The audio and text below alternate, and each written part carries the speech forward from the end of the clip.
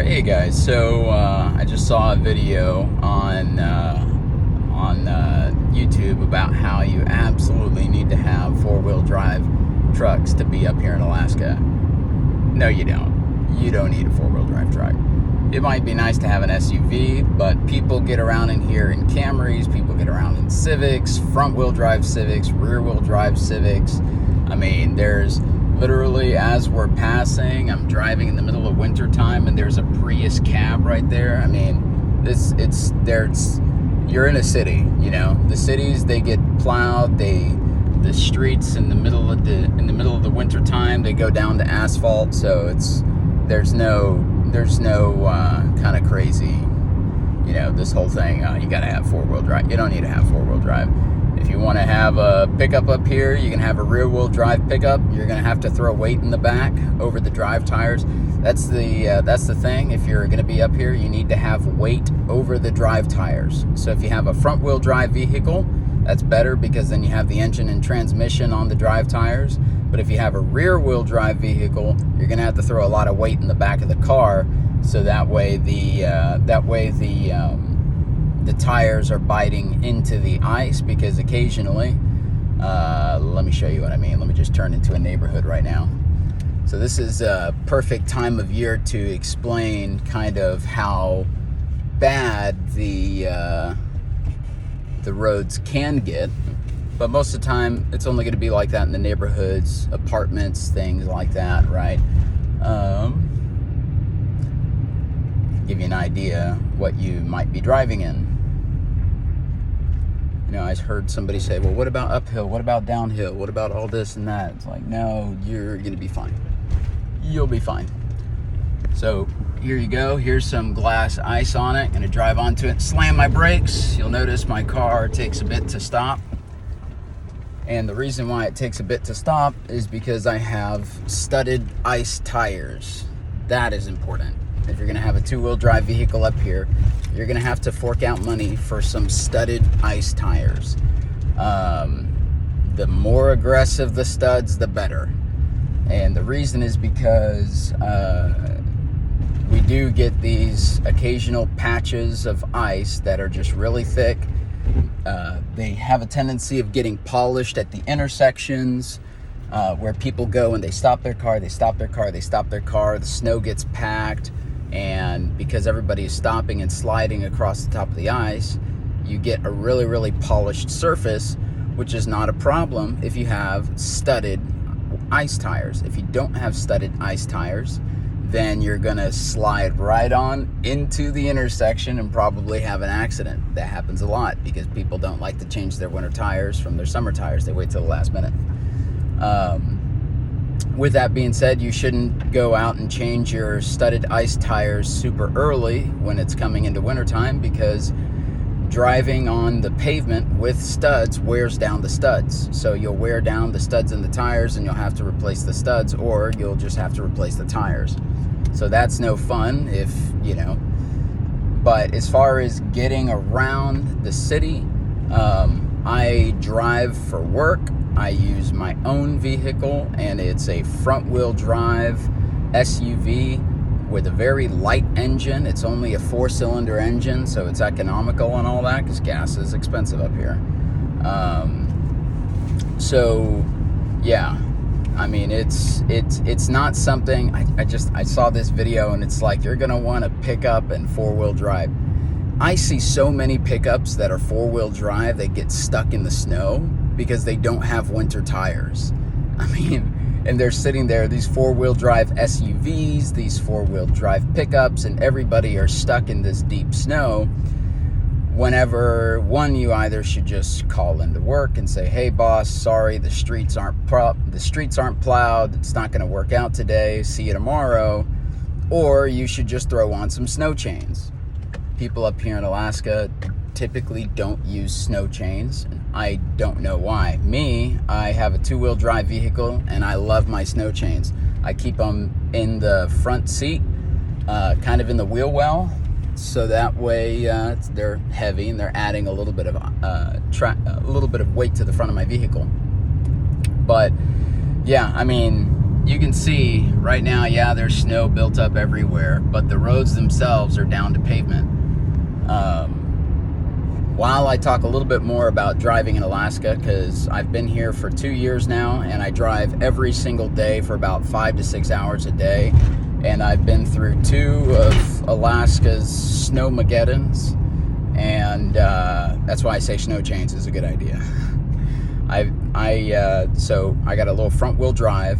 Between front wheel drive and rear wheel drive, I will take front wheel drive all day long. But if you've got snow chains, does not matter. Front wheel drive, rear wheel drive, if you're gonna get high centered, you're gonna get high centered. If you're gonna get stuck in the snow and if you're gonna get stuck in the snow with snow chains, you were going to get stuck in the snow with that 4-wheel drive truck. The only people, when the snow gets extremely deep, and I mean like feet deep, the only people that make it out alive, not make it out alive, I mean, really, you just stay home for what, a day, 2 days?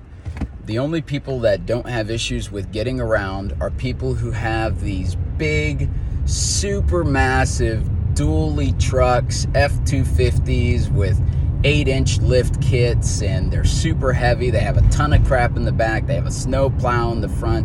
They have aggressive snow tires. That's a lot of money to spend for being able to always drive around. I mean, we had a really, really big snowstorm, and I was stuck at home for 1 day. Front wheel drive vehicle with snow tires, with snow chains, and I was stuck at home for 1 day, where some people with 4-wheel drive SUVs and 4-wheel drive pickup trucks were stuck at home for 3, 4, and 5 days because there was just too much snow. So it's not always about the vehicle that you have, it's about just the tools that you have to deal with the weather. So, and the other thing too, stopping an incline, right? How is it going uphill in a 2-wheel drive vehicle? Well, I would prefer a front wheel drive vehicle over a rear wheel drive vehicle when you're driving uphill. And the reason is because if you start to slip, and if your tires start to slip traction, the question is, what part of the vehicle is going to start sliding off of the road? Is it going to be the back end of the vehicle, or is it going to be the front end of the vehicle? So to give you guys an idea, you know, I drive up in the mountains a lot on these very, very steep roads, a lot, with a front wheel drive vehicle, okay? And it's a small SUV that's not lifted. I have a very standard, it's a Hyundai Santa Fe, it's a 2019, and it doesn't even have the snow feature on the controls. I've got heated seats. I mean, that does help though. It gets really cold. But anywho, going uphill, the main thing is momentum. If you're going uphill and you're going to be going uphill, don't slow down, just run it and gun it, you know? Gun that crap. If you're going to be going, here you go.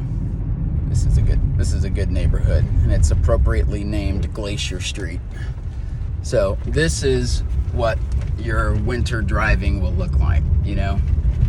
You've got snow on the ground. I'm not on the pavement, I'm on ice, but as you can see, I can still steer perfectly fine because I've got studded ice tires. When it comes to stopping, I can stop. Takes a little bit, but I can still stop. Comes to going, I can still go, you know?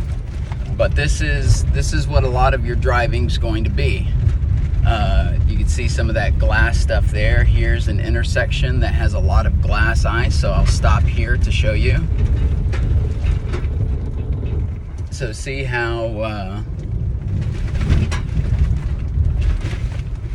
you kind of bump around. You just bump around, drop around, play around, but the name of the game is having those studs in your tires, right? So I guess let me explain for those who say, what do you mean have studs in your tires? What are studs in your tires? Let me just hop out and show you my studs real quick. Oh. these are studs. Do you see? Metal pick, metal pick, metal pick, metal pick, metal pick, metal pick, metal pick. They go all the way around the tires on all four of your tires. You get them on all four. Don't try to get them. Don't try to just get, oh, I just want the drive tires to have studs. No, because then your back end is going to slide off. So you really want to have all four studded tires. Let me think. Driving in Alaska. Is there anything else? Get a car with good suspension. That's going to be important. What else? I think that's it. I mean, they just say, oh, you got to have a pickup. You got to have four-wheel drive. You don't have to have a pickup. You don't have to have four-wheel drive. And I've seen, what is this? Westland. Oh, perfect. This is the perfect road to demonstrate. I've seen vehicles where they are big, bulky, lifted, four-wheel drive, and they're getting stuck where my stock height vehicle, which is very low to the ground, you saw how high the top of the tires were pretty much touching the car. I mean, this car is not very high off the ground. I only have maybe 6 inches, 8 inches of clearance from the ground. There's not a lot of clearance on this thing. But with the snow chains, I end up having to help people with four-wheel drive vehicles get pulled out of the snow. So it's when you're, if you're in the South and you've ever driven in mud, that's snow. It's the same thing. When you're driving in mud, you don't stop, you don't slow down, you keep the tires spinning. It's the same thing up here. When you're driving in really, really deep snow, you don't stop, you don't slow down, you keep the tire spinning. So yeah, I think that's about all I've got to say. What about inclines? Driving up and down. I mean, it's not that bad. Traction control. So if your vehicle can come with traction control, if you have like a front wheel drive vehicle or a rear wheel drive vehicle, and it has that traction control where it will brake on the tire that's slipping, that helps out a lot. But also make sure that it has the ability to turn that traction control off completely so that you can just gun it, right? Because there's going to be some times where you have to turn off the traction control and you just have to gun the vehicle. That doesn't happen often. And if you've got snow chains and the cables and all that kind of stuff, then yeah, you'll get around fine. You need bungee cords. Don't forget to get the bungee cords for the snow chains. That way your snow chains are really, really tight. Your snow chains have to be fitted, so it costs a little bit of money to get snow chains. But you're looking at a matter of, $500 for a good set of snow chains to be fitted to the vehicle. I'm a contractor, so I know how to fit my own snow chains. Really, you're just cutting off a couple of links of chain. You buy the chains that are the appropriate size for your tire, but they come with extra long chains so that they fit more tires, and you just cut those links based off of the length of the tire. That's fitting. So essentially, you're going to be paying somebody to take a bolt cutter. You're going to be paying somebody extra money to take a bolt cutter and cut your chains to the right size. I mean, if you're comfortable doing that yourself, then just do it yourself, and then you'll only have to fork out the money for the chains. Chains, I paid about $310 for my chains. My chains are very expensive. They're very heavy duty, and I wouldn't have any other. Just because the snow here can get 2 feet deep, a foot deep, and you're driving through the stuff. And even though the chains make you to where you only can drive 20 miles an hour, you can still drive. You can still get to the grocery store, you can still get to the gas station, you can still get to Pizza Hut, you can get to Wingstop, you can get to Cane's, all the important places. And it gives you, it's perfect because it gives you the opportunity to call into work and tell your boss, sorry, I can't make it in today, but then still have the ability to go out and kind of, go to Dave & Buster's or something like that. So anyways, yeah. So do you need it? Do you need a four-wheel drive vehicle? No. You can do with a two-wheel drive vehicle. When you're driving in the wintertime, I've driven in the wintertime, in the dead of winter, in the worst times of the year, when you shouldn't be driving. Okay, I want to show you guys this. So I'm currently parked uphill. So I'm uphill, I'm front wheel drive, and this is how taking off is when you have spikes in the tires, right? You see how effortless that is? That's uphill. So this whole thing is like, oh, if you're going uphill, you're going to want to have, four-wheel drive. No. I don't know. I don't see it. Your tires are going to spin a lot, so just get used to your tires spinning, but just kind of ignore it. Your car catches traction when it catches traction, but if you've got good studs, you'll never run out of traction. In my experience, you'll never run out of traction. And then last thing, if you're driving January and you're driving to the Arctic Circle, like this guy, not a great idea. It's very dangerous. The roads are icy, la-da-da-da-da-da, four-wheel drive recommended, all this stuff. You can do it with a two-wheel drive vehicle. This guy did, me.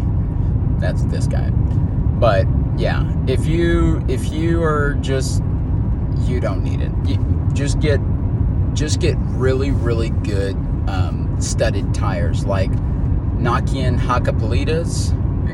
You're like, what? Nokian, Nokian. And that's a brand from like Sweden or Finland or somewhere up in the really cold European parts that pretty much have the same conditions as we do here in Alaska. So yeah, look into Nokian. I personally have Hankook RW11s, and with a fresh set of studs on the RW11s, I've been able to get absolutely everywhere. I've never slidden off of the highway, and I've driven on some glass ice before, at 75 miles an hour, because if you have studs, you're pretty much glued to the road, So yeah, and pretty much everybody has studs. While I'm sitting here at an intersection, 1, 2, 3, 4, 5, 6, 7, 8, 9 cars, and only one of them don't have studs. 1, 2, 3, 4, including me, 5, 6, 7 out of 9 cars have studs. Everybody has studs, so you're gonna fall in love with some studded tires. And then don't let your studs get too low. So you always want to keep your studs biting into the ice. And if for some reason they're not biting into the ice, either try to find somebody to replace the studs or get a new set of studs. They don't really do that here in Anchorage, but they have 2 places that do it in Fairbanks. Yeah, you guys are fine. Y'all don't need four-wheel drive. Don't go out and buy a vehicle for Alaska. If you do want to buy a vehicle for Alaska, I don't recommend a car. I recommend an SUV at minimum. Ideally a pickup truck, but nobody wants to pay $700 to $800 a month just to be in an area where you're only going to need that pickup, 5% of the time. You really don't need a pickup that often. If you have an SUV, even in life in general, if you have an SUV with a trailer hitch, you can pretty much do anything that you're going to be needing to do with a pickup truck, Get a good Expedition or a Yukon or something like that, and you're good.